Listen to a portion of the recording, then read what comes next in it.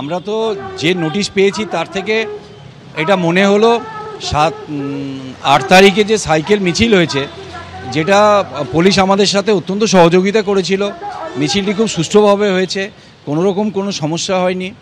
সেই মিছিলের কারণে কলকাতা শহরের কিছু কিছু রাস্তায় নাকি মিছিল করা যায় না, সাইকেল মিছিল করা যায় না, সেই কারণেই তারা আমাদের কাছে নোটিশ দিয়েছেন যে আমরা আইন ভঙ্গ করেছি। আসলে আমরা তো আইন ভঙ্গ করিনি, দেশের আইন প্রতিবাদ করার অধিকার দিয়েছে। আমরা প্রতিবাদ করব বলে আমরা সাইকেল মিছিল করেছি। এখন সাইকেল চালানো যাবে না যদি এইটা অপরাধ হয়, প্রতিবাদ করতে পারি কিন্তু সাইকেল চালিয়ে করতে পারবো না যদি এইটা অপরাধ হয়, সেটা আমরা জানতে চাইবো। কালকে দুপুরবেলা সমনটা পেয়েছি, তো আমরা তো অভয় মঞ্চ আমরা যারা করি, আমরা তো আইন মেনে চলা লোক, আইন মেনে গণতান্ত্রিক পদ্ধতিতে আন্দোলন করার লোক। তো আমাদের কাছে একটা আইনি একটা নোটিশ এসছে, আমাদেরকে জিজ্ঞাসাবাদ করার জন্য ডেকে পাঠিয়েছে পুলিশ। আমরা যাব।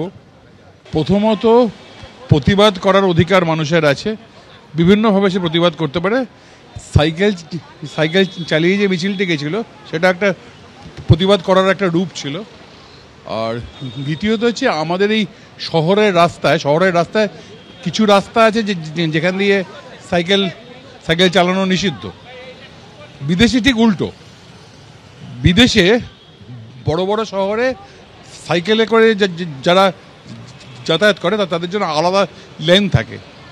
কারণ সাইক্লিংটা হচ্ছে এক তো হচ্ছে গরিব মানুষদের, আর দ্বিতীয়ত সাইকেলটা অনেক পরিবেশ বান্ধব, তাতে কোনো পলিউশন হয় না।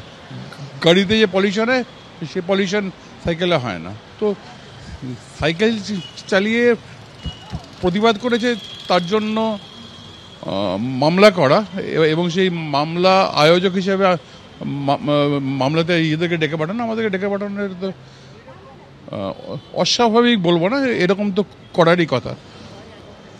যারা প্রতিবাদে আছেন তাদেরকে যত রকমভাবে ব্যতিব্যস্ত করা যায় সেটা তো করারই কথা। আপনারা শুনলেন পুণ্যব্রত গুণ, তিনি বলছেন যে প্রতিবাদীদের ভয় দেখানো হচ্ছে। 2 চিকিৎসককে থানায় তলব, আর এ নিয়ে চিকিৎসক দেবাশিস হালদার কি বলেছেন শুনুন।